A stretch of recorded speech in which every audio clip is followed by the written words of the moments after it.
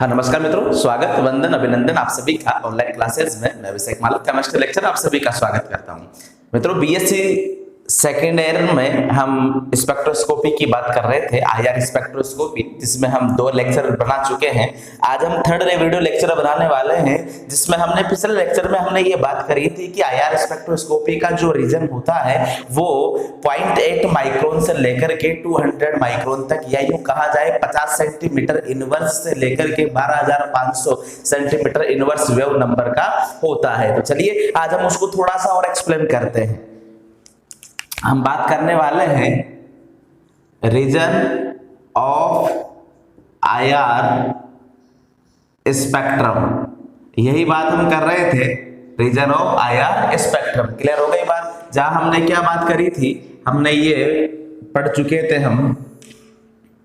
ये हमने 3 क्षेत्र डिवाइड किए थे, ये 0.8, 2.5, 15 और 200 माइक्रोन या 50 सेंटीमीटर इनवर्स, 667,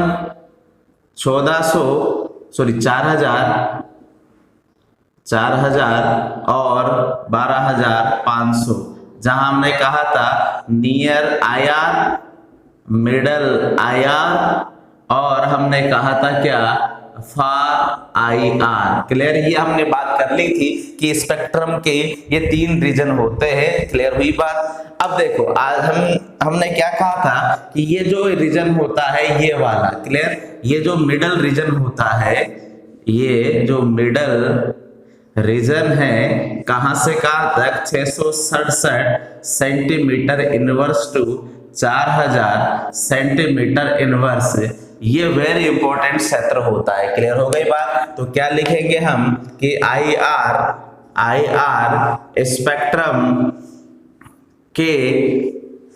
स्पेक्ट्रम के संपूर्ण क्षेत्र। अब यहाँ जो संपूर्ण क्षेत्र में लिख तो रहा हूं, लेकिन एक्चुअली में वो बात किसकी हो रही है, मिडल रीजन की, क्योंकि हमारे काम का यही है। क्लियर हो गई बात? तो आईआर स्पेक्ट्रम के संपूर्ण क्षेत्र मिडल रीजन में मोलिकुलर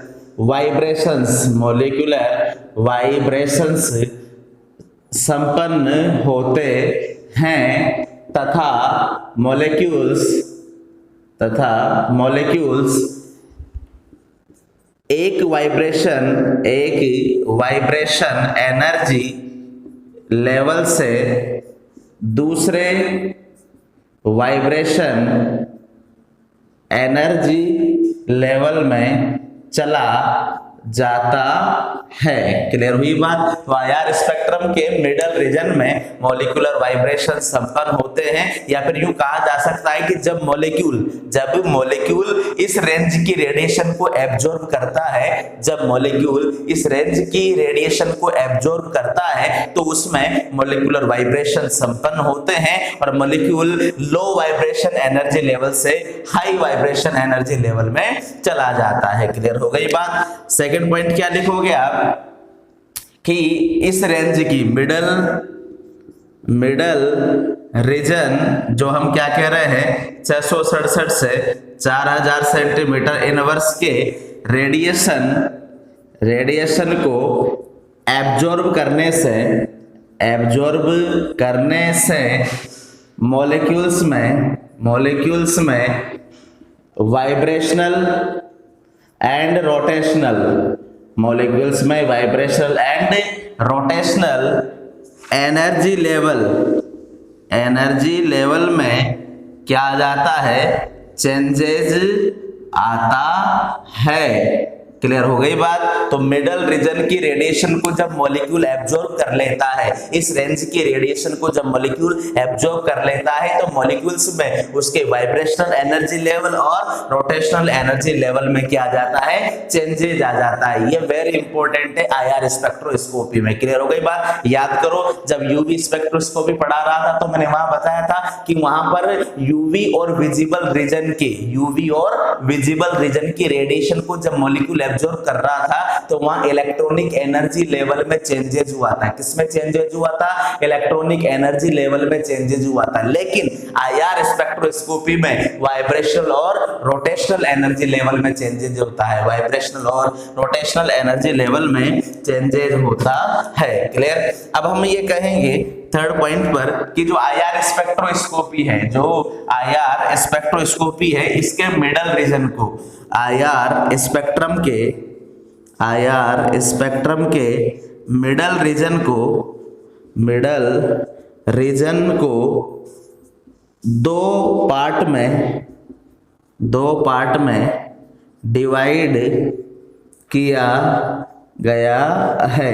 क्लियर? दो पार्ट कौन कौन से हैं? नंबर फर्स्ट यहां पर है वह है ग्रुप फ्रीक्वेंसी रीजन,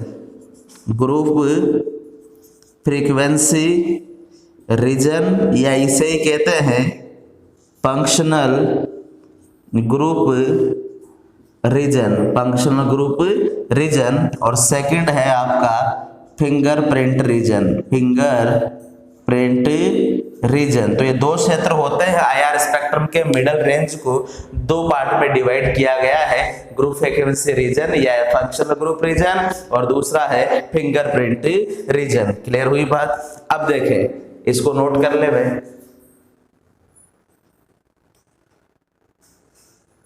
ठीक है, अब हम ये कहेंगे कि भाई इन दोनों के बारे में कुछ पॉइंट हमें याद होने चाहिए, क्योंकि हमसे प्रश्न पूछ लिया जाता है कि आईआर स्पेक्ट्रम के क्षेत्र को संक्षिप्त में लिखिए। अब देखिए हम क्या कह रहे हैं, हमारे पास नंबर फर्स्ट है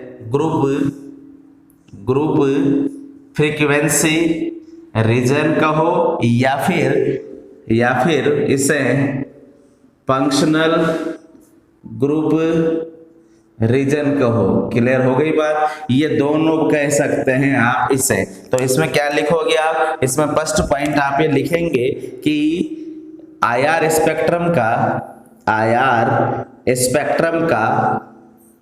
यह क्षेत्र कहां से कहां तक? आईआर स्पेक्ट्रम का यह क्षेत्र 1500 centimetre inverse two 4000 centimetre inverse wave number वाला होता है।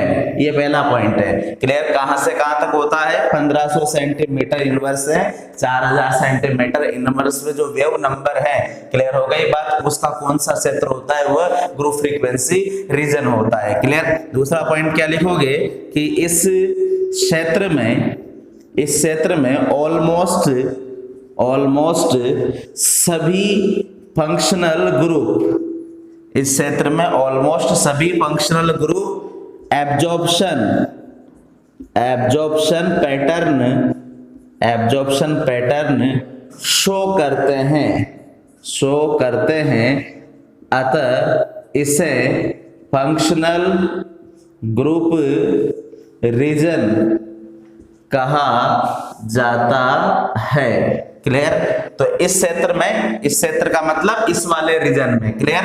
इस क्षेत्र में ऑलमोस्ट जितने भी फंक्शनल ग्रुप होते हैं कंपाउंड में, carboxylic acid, amide, ester, halogen, वो सभी फंक्शनल ग्रुप क्या दर्शाते हैं? एब्जॉर्प्शन पैटर्न को शो करते हैं। इसलिए इसे क्या कहा जाता है? इसलिए इसे फंक्शनल ग्रुप रीजन भी कहा जाता है। क्लियर?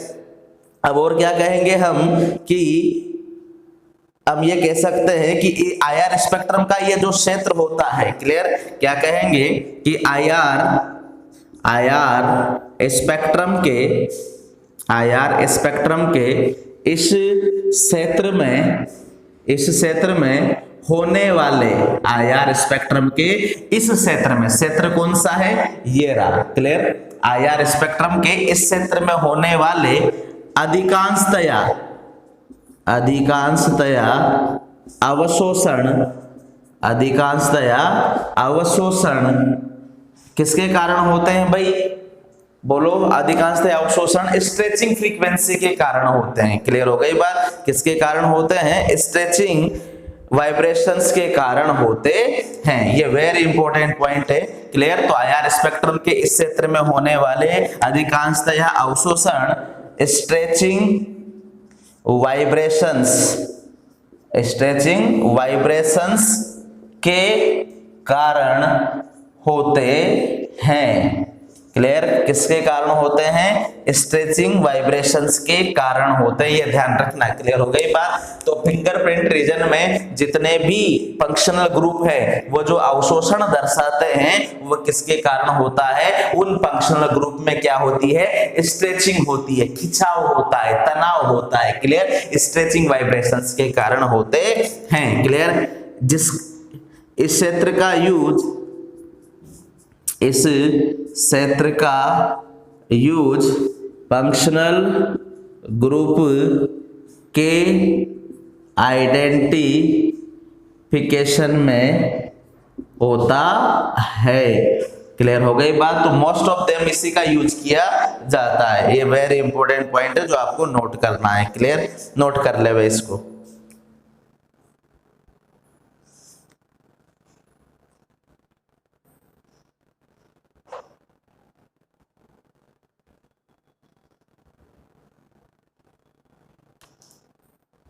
हो गया? तो ये था आपका फंक्शनल ग्रुप रीजन। जो आपको क्या क्या पॉइंट ध्यान में रखने हैं? पहला तो इसका क्षेत्र कौन सा है वो आप ध्यान में रखना। कौन से वाइब्रेशन के कारण एब्जॉर्प्शन होता है? स्ट्रेचिंग वाइब्रेशन के कारण एब्जॉर्प्शन होता है। क्लियर? अब आ जाए सेकंड नंबर पर। सेकंड नंबर है हमारा फिंगर प्रिंट रीजन। अब फिंगरप्रिंट रीजन का क्या होता है? देखो, यह है फिंगरप्रिंट रीजन आईआर स्पेक्ट्रम के 667 centimetre inverse two 1500 centimetre inverse का क्षेत्र होता है। देखो भाई, कुछ किताब है 900 centimetre inverse two 1500 centimetre inverse भी लिखती है। क्लियर? तो हम तो कौन सा लिख रहे हैं? ये वाला लिख रहे हैं और हमें इसी को मानना है। ठीक है? तो फिंगरप्रिंट रीजन जो होता है वो आईआर स्पेक्ट्रम के 667 सेंटीमीटर इनवर्स से 1500 सेंटीमीटर इनवर्स का क्या होता है? क्षेत्र होता है। ठीक है? दूसरा पॉइंट, इस क्षेत्र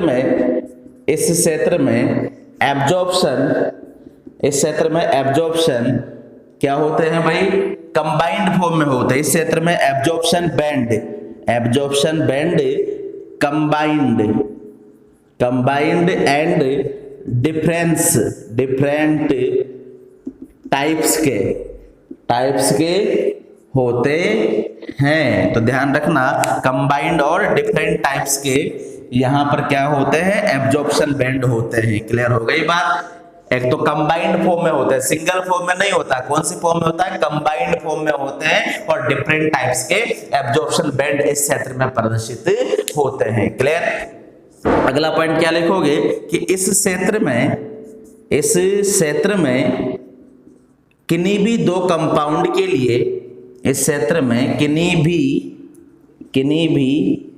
दो कंपाउंड के लिए, इस क्षेत्र में किन्हीं भी दो कंपाउंड के लिए एब्जॉर्प्शन बैंड या कह दो आईआर बैंड, एब्जॉर्प्शन बैंड या आईआर बैंड कभी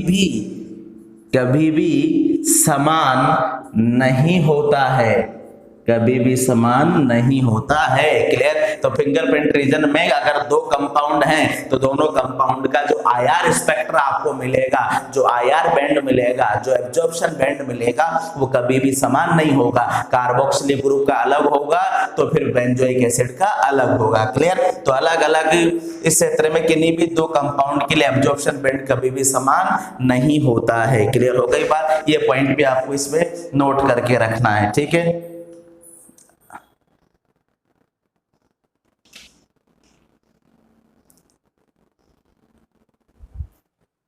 क्लियर? एक बात और याद रखना, इस रीजन में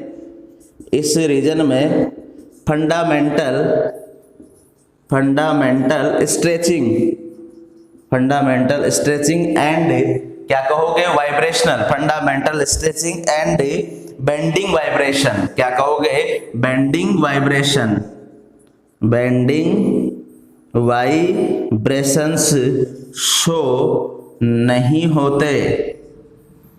क्लियर? वहां तो स्ट्रेचिंग वाइब्रेशन हो रहे थे, क्लियर। इस क्षेत्र में फंडामेंटल स्ट्रेचिंग और बेंडिंग वाइब्रेशन शो नहीं होते हैं। क्लियर हो गई बात? तो ये भी पॉइंट आप यहाँ पर ध्यान में रखना, ठीक। और अगला पॉइंट क्या है कि जो फिंगरप्रिंट रीजन है, उस फिंगरप्रिंट रीजन में जो आपको एब्जॉर्प्शन बैंड प्राप्त होंगे, उनको इंटरप्रेट करना, उनका एनालिसिस करना इतना आसान नहीं होता है। क्लियर? तो फिंगरप्रिंट रीजन में प्राप्त होने वाले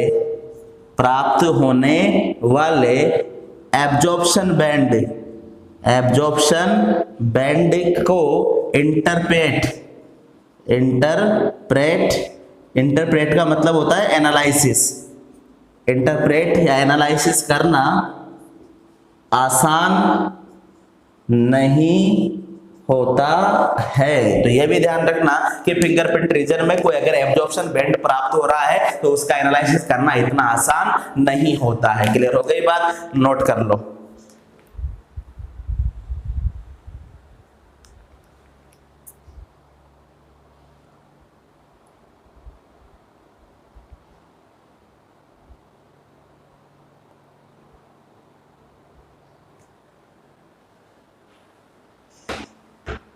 ठीक है, अगला पॉइंट क्या लिखेंगे हम इस क्षेत्र के लिए कि इस क्षेत्र में जो एब्जॉर्प्शन बैंड प्राप्त होता है वो पिक्स के फॉर्म में प्राप्त होते हैं। क्लियर? किसके फॉर्म में होते हैं? पिक्स के फॉर्म में होते हैं।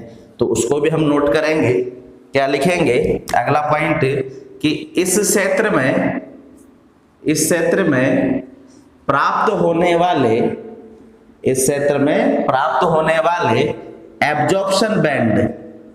Absorption IR band peaks to peaks, clear? Peaks to peaks के रूप में प्राप्त होते हैं। क्लियर? तो फिंगरप्रिंट रीजन में जितने भी एब्जॉर्प्शन बैंड प्राप्त होते हैं वो किस रूप में प्राप्त होते हैं? पिक्स टू पिक्स के रूप में प्राप्त होते हैं, जिनका होते हैं तथा प्रत्येक का एनालिसिस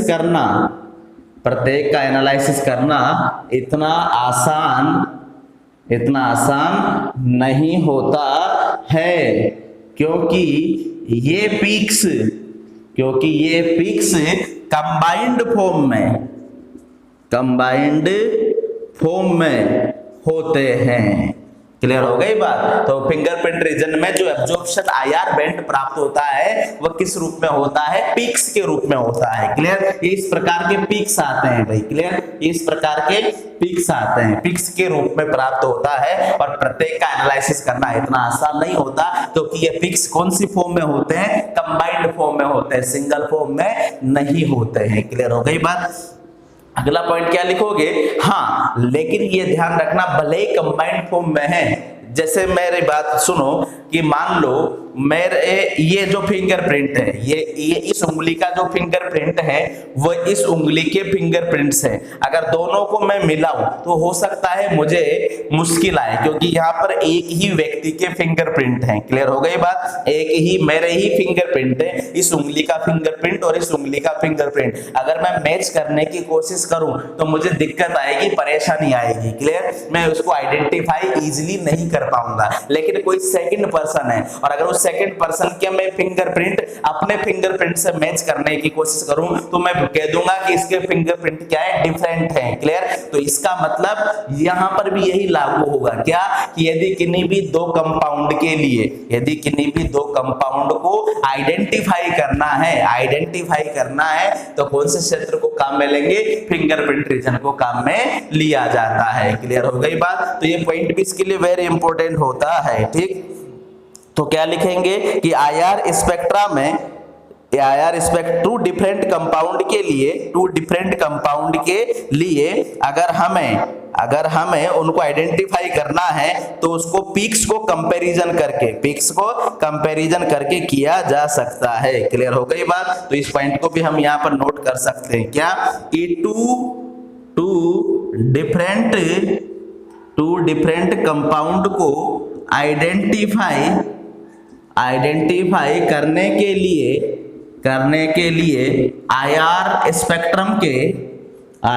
स्पेक्ट्रम के फिंगरप्रिंट रीजन का यूज किया जाता है। क्लियर? तो किन्हीं भी दो कंपाउंड को अगर आइडेंटिफाई करना है तो आईआर स्पेक्ट्रम के फिंगरप्रिंट रीजन का यूज किया जाता है तथा इस क्षेत्र में दोनों कंपाउंड के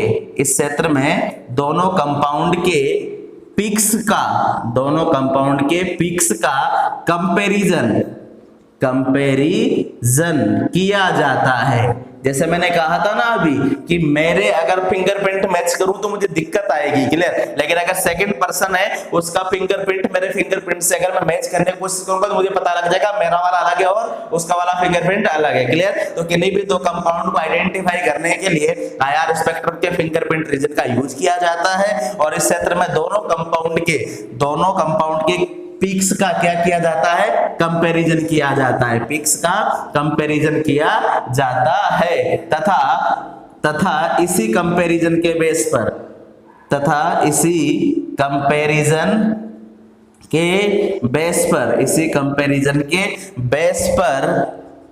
बेस पर कंपाउंड को आइडेंटिफाई कर लिया जाता है। क्यों? क्योंकि हमें पता है फिंगरप्रिंट रीजन में किन्हीं भी दो कंपाउंड्स के पीक कभी भी सेम नहीं होते हैं। क्लियर? कंपाउंड को आइडेंटिफाई कर लिया जाता है। क्या? वी नो, हमें पता है क्या कि फिंगरप्रिंट रीजन में किन्हीं भी दो कंपाउंड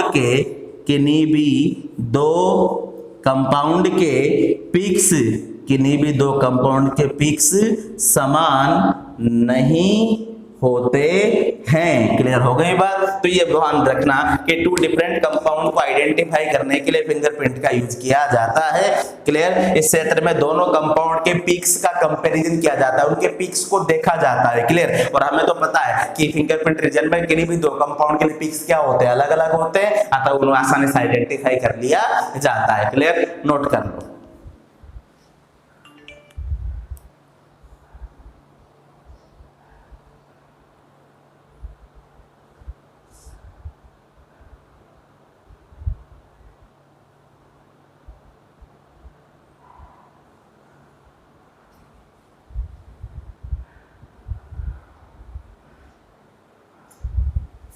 ठीक है, तो ये थे आपके वही दोनों क्षेत्र कौन से?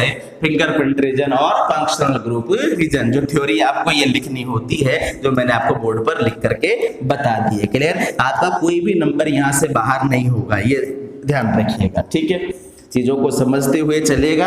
अब देखो, मैं कुछ नोट पॉइंट यहाँ पर करा रहा हूँ, जैसे नोट नंबर 1 इसी में लिखना है हमें। नोट नंबर 1 में क्या लिखोगे कि भाई इस लगभग काफी समय पहले अगर कंपाउंड को आइडेंटिफाई करना होता था तो हम उसके फिजिकल कैरेक्टर को लेते थे। क्लियर? तो क्या लिखेंगे कि टू कंपाउंड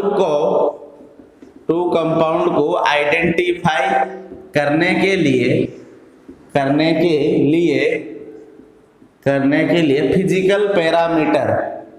फिजिकल पैरामीटर के स्थान पर उन दोनों कंपाउंड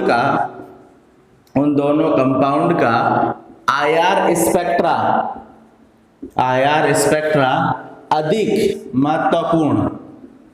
अधिक महत्वपूर्ण होता है। क्लियर? तो पहले क्या करते थे, किन्हीं भी दो कंपाउंड को अगर आइडेंटिफाई करना होता था ना तो उनका फिजिकल पैरामीटर, भौतिक गुणों को काम में लेते थे कि इसका बॉइलिंग पॉइंट इतना है, मेल्टिंग पॉइंट इतना है, डेंसिटी इतनी है। क्लियर? इस प्रकार के गुणों को हम काम में लेते थे। लेकिन वर्तमान समय में हम अगर दो कंपाउंड को आइडेंटिफाई करना है तो फिजिकल पैरामीटर के स्थान पर हम उसका क्या चेक करते हैं? आईआर स्पेक्ट्रा चेक कर लेते हैं। क्लियर हो गई बात? सेकंड नोट क्या लिखोगे? Note number second, note number second ये लिखेंगे कि सपोज करो कि दो कंपाउंड है, क्या है, दो कंपाउंड है और दोनों कंपाउंड में फंक्शनल ग्रुप क्या है, सेम है, दोनों कंपाउंड में फंक्शनल ग्रुप क्या है, सेम है। तो क्या लिखेंगे कि यदि किन्हीं दो कंपाउंड में, यदि किन्हीं दो कंपाउंड में जिनमें फंक्शनल ग्रुप सेम होता है, जिनमें फंक्शनल ग्रुप सेम होता है, तो यदि किन्हीं दो कंपाउंड में जिनमें फंक्शनल ग्रुप सेम होता है वे दोनों कंपाउंड समान फंक्शनल ग्रुप रीजन, कहां से कहां तक, 1500 से लेकर 4000 तक। क्लियर। ये तो यदि किन्हीं दो कंपाउंड जिनमें फंक्शनल ग्रुप क्या हो, सेम हो, तो वे दोनों कंपाउंड समान फंक्शनल ग्रुप रीजन में रेडिएशन का एब्जॉर्प्शन करते हैं तथा इस क्षेत्र में इन दोनों कंपाउंड का एब्जॉर्प्शन पैटर्न सेम आता है। क्लियर। तो अगर कोई भी दो कंपाउंड है जिनमें फंक्शनल ग्रुप क्या है, सेम है, तो वह दोनों कंपाउंड तो फंक्शनल ग्रुप रीजन में रेडिएशन का क्या करेंगे, समान अवशोषण करेंगे। जब क्रियात्मक समूह ही दोनों में समान है तो अवशोषण भी क्या करेंगे, समान ही करेंगे, और इस क्षेत्र में उन दोनों कंपाउंड का एब्जॉर्प्शन पैटर्न क्या आता है, सेम आता है। तो फिर यहाँ तो पहचान करना क्या हो जाएगा, मुश्किल हो जाएगा। अतः इन दोनों कंपाउंड की पहचान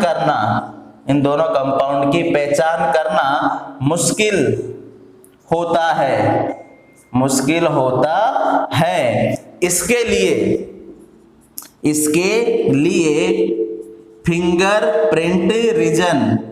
फिंगरप्रिंट रीजन का यूज किया जाता है। तो ये पॉइंट ध्यान में रखना कि इसके लिए क्या किया जाता है, फिंगरप्रिंट रीजन का यूज किया जाता है। क्लियर हो गई बात। वेरी वेरी इंपॉर्टेंट पॉइंट है। ठीक है, क्यों, क्योंकि फिंगरप्रिंट रीजन में जो एब्जॉर्प्शन पैटर्न होता है ना, वो अलग अलग होता है। क्लियर। क्योंकि फिंगरप्रिंट रीजन में दोनों कंपाउंड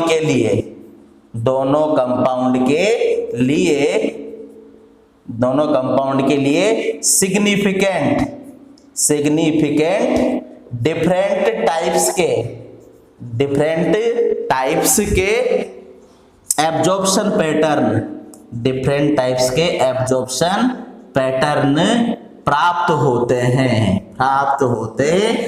तो क्या कहा मैंने कि सपोज करो, मान लो आपके पास दो कंपाउंड है और दोनों में फंक्शनल ग्रुप क्या है, सेम है। तो जब फंक्शनल ग्रुप ही सेम है दोनों में, तो वे तो समान वेव नंबर की रेडिएशन को क्या करेंगे, एब्जॉर्प्शन करेंगे, और फंक्शनल ग्रुप रीजन में उनका एब्जॉर्प्शन पैटर्न क्या आ जाएगा, समान आ जाएगा। तो फिर हम दोनों पहचान कर ही नहीं पाएंगे दोनों कंपाउंड को। तो फिर क्या किया जाता है, दोनों कंपाउंड का एब्जॉर्प्शन बैंड फिंगरप्रिंट रीजन में देखा जाता है। क्लियर। तो हमने क्या कहा कि फिंगरप्रिंट रीजन में ये दोनों जो कंपाउंड हैं, उनका आईआर स्पेक्ट्रा कभी भी मैच नहीं करता, इसलिए हमने लिख दिया। अतः दोनों कंपाउंड की पहचान करना मुश्किल होता है, इसके लिए फिंगरप्रिंट रीजन का यूज किया जाता है, क्योंकि फिंगरप्रिंट रीजन में दोनों कंपाउंड के लिए सिग्निफिकेंट डिफरेंट टाइप्स के एब्जॉर्प्शन पैटर्न प्राप्त होते हैं और उन्हें आसानी से पहचान लिया जाता है। क्लियर। वेरी इंपॉर्टेंट, दोनों नोट आप यहां नोट कर लो।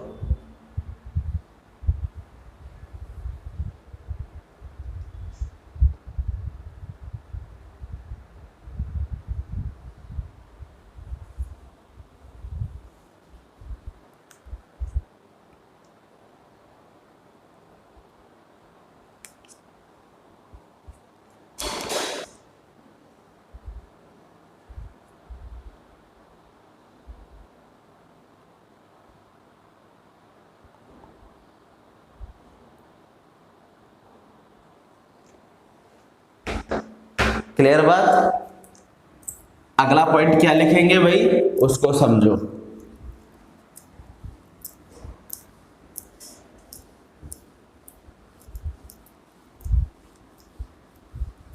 नंबर थर्ड नोट क्या लिखने वाले हैं, नोट नंबर थर्ड क्या लिखोगे कि आईआर स्पेक्ट्रा में प्राप्त होने वाले प्रत्येक एब्जॉर्प्शन बैंड को इंटरप्रेट यानी कि एनालिसिस इंटरप्रेट करना आसान नहीं होता है। क्लियर। तो आईआर स्पेक्ट्रा में प्राप्त होने वाले जो प्रत्येक एब्जॉर्प्शन बैंड है उसका एनालिसिस करना आसान नहीं होता है, परंतु आईआर स्पेक्ट्रा की सहायता से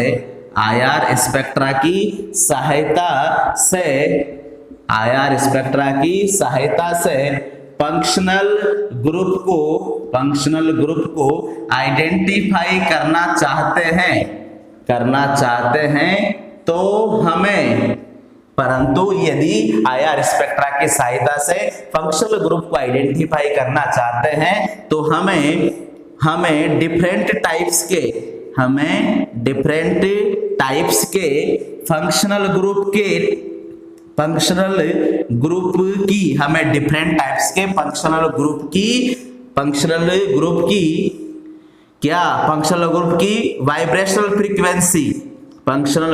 वाइब्रेशनल फ्रीक्वेंसी की नॉलेज होनी चाहिए। ये वेरी इंपॉर्टेंट है भाई। क्लियर। हमने क्या कहा कि आईआर स्पेक्ट्रा में जो आईआर बैंड प्राप्त होते हैं उनको एनालिसिस करना इतना आसान नहीं होता है। क्लियर। इतनी आसानी से हम ये नहीं पहचान सकते कि देख करके ही बता देंगे कि ये इस फंक्शनल ग्रुप का बैंड है। क्लियर। इतना आसान नहीं होता है। क्लियर। लेकिन आईआर स्पेक्ट्रा की सहायता से यदि आप फंक्शनल ग्रुप को आइडेंटिफाई करना चाहते हैं तो फिर आपको जो अलग अलग प्रकार के फंक्शनल ग्रुप हैं, जो डिफरेंट टाइप के फंक्शनल ग्रुप हैं, उन सभी फंक्शनल ग्रुप की वाइब्रेशनल फ्रीक्वेंसी की नॉलेज होनी चाहिए। क्लियर हो गई बात। अलग अलग फंक्शनल ग्रुप के लिए अलग अलग फंक्शनल ग्रुप के लिए अलग अलग वाइब्रेशनल फ्रीक्वेंसी होती है। क्लियर हो गई बात। अलग अलग फंक्शनल ग्रुप के लिए अलग अलग वाइब्रेशनल फ्रीक्वेंसी होती है तथा उसी वाइब्रेशनल फ्रीक्वेंसी पर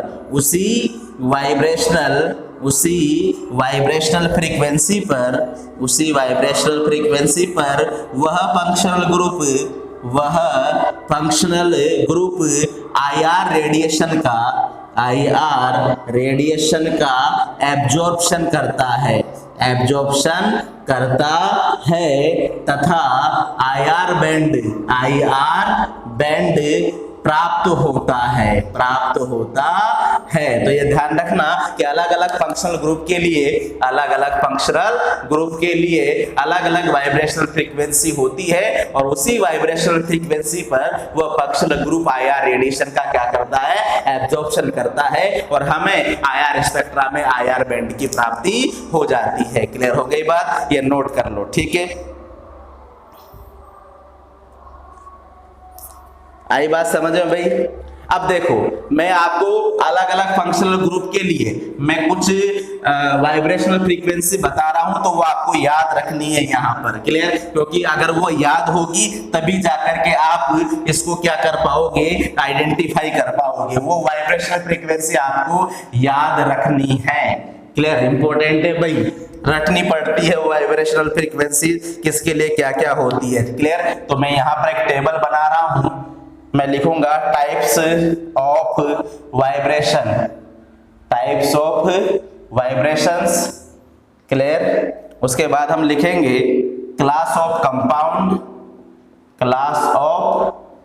कंपाउंड्स। क्लियर। उसके बाद हम लिखेंगे रीजन ऑफ एब्जॉर्प्शन। और उसके बाद हम लिखेंगे इंटेंसिटी, इंटेंसिटी। क्लियर? तो ये हम नोट करने वाले एक पूरी टेबल बनाएंगे भाई, जिसमें हम ये बताएंगे कि कौन कौन से कंपाउंड के लिए जो जो वाइब्रेशन होते हैं वो किस किस रीजन में होते हैं, आपको ये याद में रखना है, ये रीजन आपको याद में रखना होगा। क्लियर हो गई बात? देखिए भाई, सबसे पहले हम बात कर लें, वो होगा CH स्ट्रेचिंग। क्या होगा भाई? CH स्ट्रेचिंग, कि इस बॉन्ड में अगर स्ट्रेचिंग हो रही है तो कौन कौन से कंपाउंड के लिए हो सकती है? वो हो सकती है एल्केन के लिए, वो हो सकती है एल्कीन के लिए, वो हो सकती है एरोमेटिक्स कंपाउंड के लिए, वो हो सकती है एल्काइंस के लिए, वो हो सकती है एल्डिहाइड के लिए। क्लियर हो गई बात? एल्डिहाइड में यहां पर 2 बैंड प्राप्त होते हैं। कितने बैंड प्राप्त होते हैं? 2 बैंड प्राप्त होते हैं। क्लियर? अब इनके लिए आपको ये याद रखना है, किसमें? सेंटीमीटर इनवर्स में लिख रहा हूं भाई मैं, कि अगर एल्केन है तो एल्केन के लिए जो रेंज आती है वो 1962 से लेकर के 2853 सेंटीमीटर इनवर्स होती है।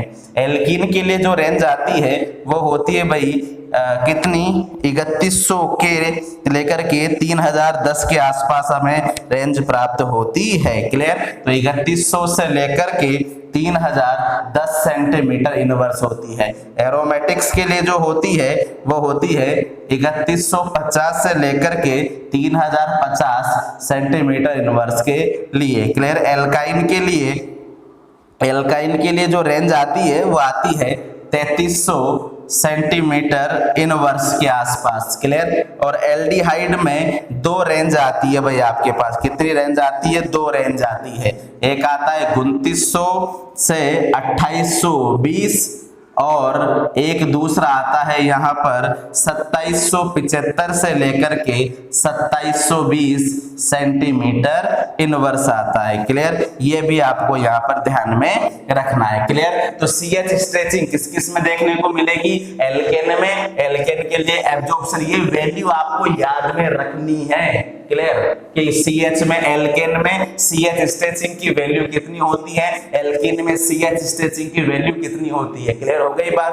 अब यहाँ इंटेंसिटी की अगर बात कर ली जाए तो इंटेंसिटी में यहाँ स्ट्रॉन्ग इंटेंसिटी होती है, स्ट्रॉन्ग बैंड होता है, यहाँ पर भी स्ट्रॉन्ग बैंड होता है, यहाँ पर भी स्ट्रॉन्ग बैंड होता है, यहाँ पर भी स्ट्रॉन्ग बैंड होता है, और यहाँ पर वीक बैंड होता है, और यहाँ पर भी वीक बैंड होता है। क्लियर हो गई बात? तो ये था आपका नंबर फर्स्ट पॉइंट जो आपको ध्यान में रखना है कि टाइप्स ऑफ वाइब्रेशन में अगर CH स्ट्रेचिंग पूछा जाए तो ये वैल्यू आपको याद में रखनी है। क्लियर?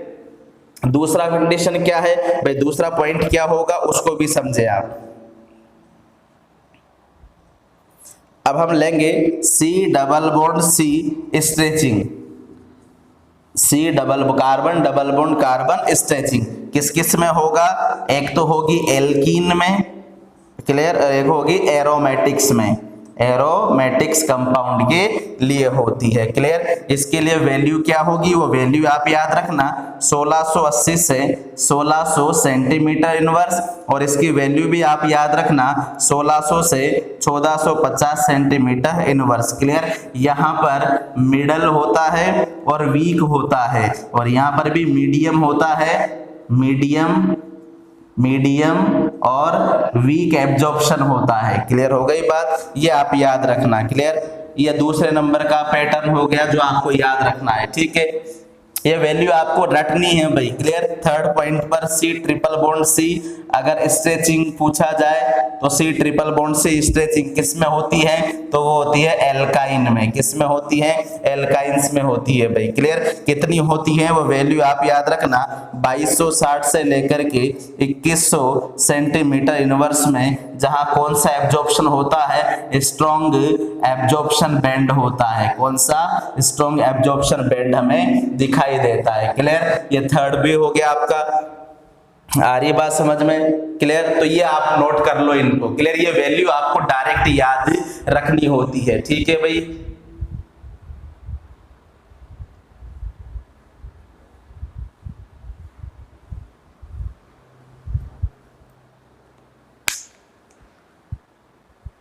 हो गया। अब अगले पॉइंट पर आ जाए तो अगले पॉइंट्स पर हम और भी फंक्शनल ग्रुप के बारे में लिखने वाले हैं कि और फंक्शनल ग्रुप के लिए हम क्या क्या वैल्यू देंगे, वो भी वैल्यू आपको याद रखनी है।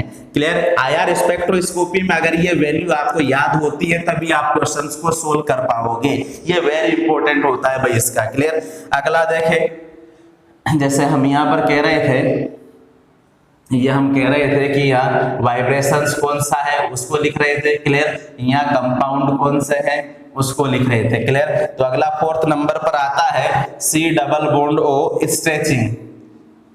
C double bond O stretching किस किस में होगा? एल्डिहाइड में भी होगा, किस किस में होगा? कीटोन में भी होगा, और कार्बोक्सिलिक एसिड में भी होगा, और एस्टर में भी होगा, और एमाइड में भी होगा, एनहाइड्राइड में भी होगा, एनहाइड्राइड में भी होगा। एनहाइड्राइड के लिए कितने बैंड आते हैं? 2 बैंड आते हैं, क्योंकि 2 CO बॉन्ड होते हैं भाई। क्लियर? और अगला बात करें एसिड क्लोराइड, तो एसिड क्लोराइड में भी होगा। क्लियर? वैल्यू आपको याद रखनी है। इसकी जो वैल्यू आएगी एल्डिहाइड की वो आती है आपको 1740 से लेकर के 1720। कीटोन की जो आती है 1725 से लेकर के 1705। कार्बोक्सिलिक एसिड की आती है 1725 से लेकर के 1700। एस्टर की आती है 1750 से लेकर के 1730। एमाइड की आती है 1680 से लेकर के 1630।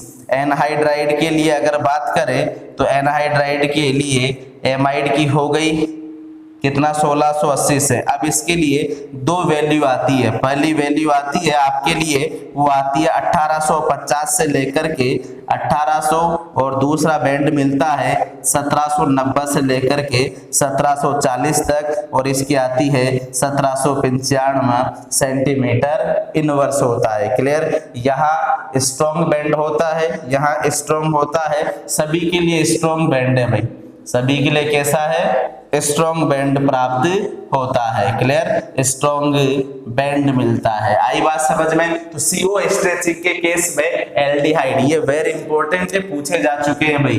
क्लियर? कि कीटोन के लिए कितनी होती है? 1725 से 1705, ये कई बार पूछा गया है। क्लियर?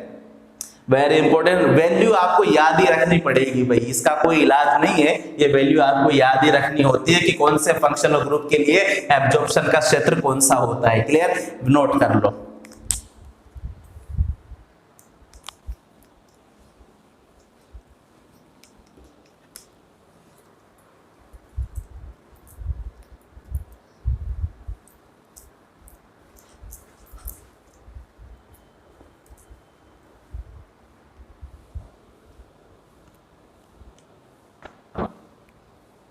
हो गया भाई? तो इसको भी हटा देते हैं हम। अब अगले पर आएंगे कि अगला के लिए कौन सी वैल्यू आएगी। तो अलग अलग फंक्शनल ग्रुप के लिए वैल्यू क्या होती है?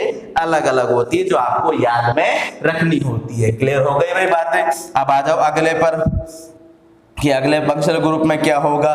तो अगले पर आ जाए हम नंबर 5th पर। तो 5th पर आएगा OH स्ट्रेचिंग। OH स्ट्रेचिंग की बात करेंगे भाई। क्लियर? अब ये किस किस में होगा? ये होगा एक तो एल्कोहल में, ये होगा एक फिनोल में, एल्कोहल और फिनोल में होगा। क्लियर? किस में होगा? डाइल्यूट, डाइल्यूट सॉल्यूशन में होगा। क्लियर? उसके बाद किस में होगा? वापस एल्कोहल और फिनोल में। अब यहाँ क्या लिखेंगे?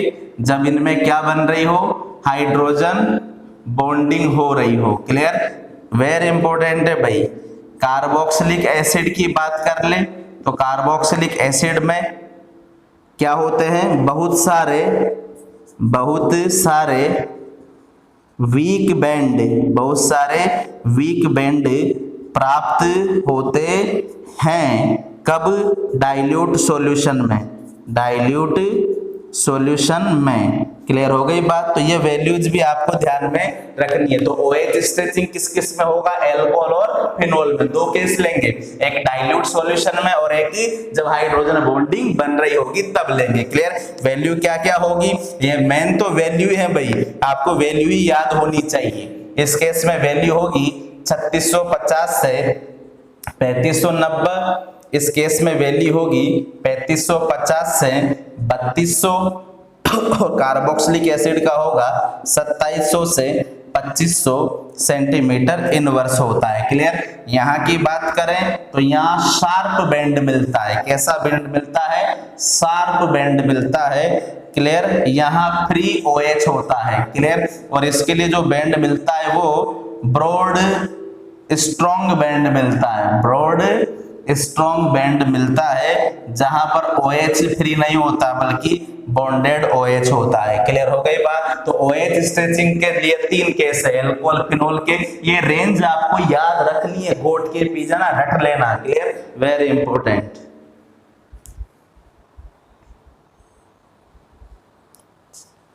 हो गया भाई, नोट कर लिया। अब आ जाओ अगले पर, अगले पर आ जाएं। तो अगला क्या है भाई, वो है हमारा नंबर 6 पॉइंट, वो रहेगा NH। क्या रहेगा, NH स्ट्रेचिंग। NH बॉन्ड में क्या हो, स्ट्रेचिंग हो। क्लियर। उसके लिए क्या क्या होगा, number first case 1 degree amine, 1 degree amine और एमाइड, 1 डिग्री एमीन और एमाइड। क्लियर। कब, फ्री के केस में कितने बैंड आएंगे, 2 बैंड आएंगे। क्लियर हो गई बात।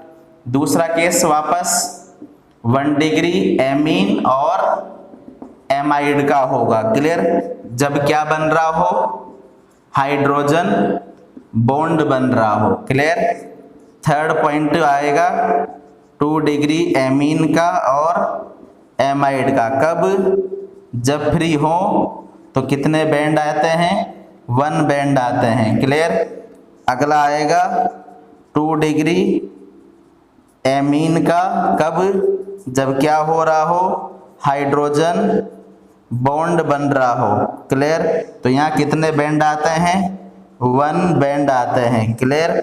और अगर एमाइड की बात करें तो एमाइड में बहुत सारे बैंड आते हैं। क्या आते हैं, बहुत सारे बैंड आते हैं। क्लियर। अब इनकी वैल्यू आपको याद में रखनी है, तो वैल्यू तो आपको याद रखनी ही पड़ेगी। क्लियर। इसकी वैल्यू आती है 3300 सेंटीमीटर इनवर्स, इसकी वैल्यू आती है 3400 सेंटीमीटर इनवर्स, इसकी वैल्यू आती है 3500 से लेकर 3310 सेंटीमीटर इनवर्स, और इसकी वैल्यू आती है आपके पास, वो आती है 3320 से लेकर 4140 सेंटीमीटर इनवर्स। क्लियर। तो ये वैल्यूज आपको याद में रखनी है। ठीक है भाई बात, ये दोनों एक ही है। क्लियर। ये कंडीशन है आपके पास।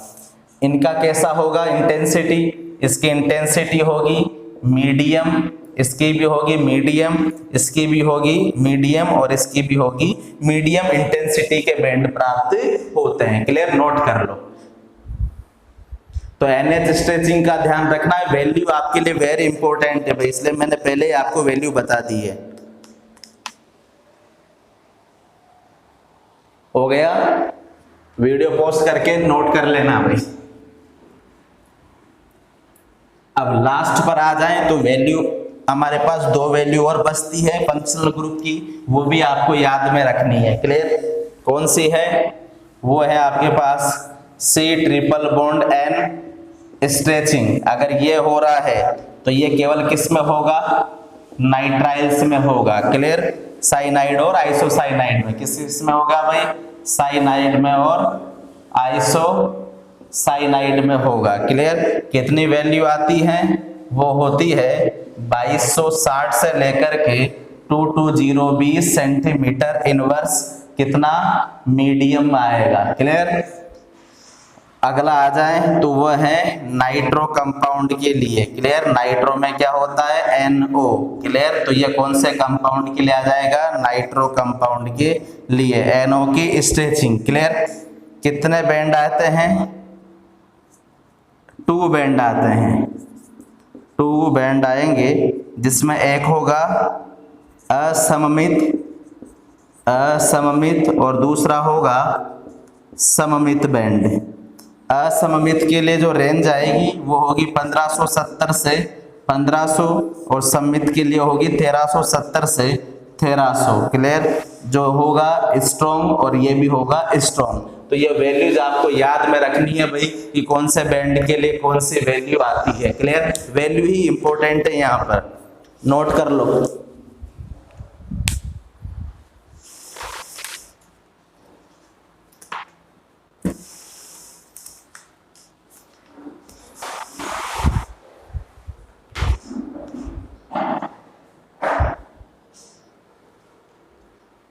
हो गया नोट? तो ये था आपका रीजन। मैंने सारे रीजन आपको बता दिए कि किस रीजन में आपको क्या नोट कराना है, फिंगरप्रिंट में क्या होगा और फंक्शनल ग्रुप में क्या होगा।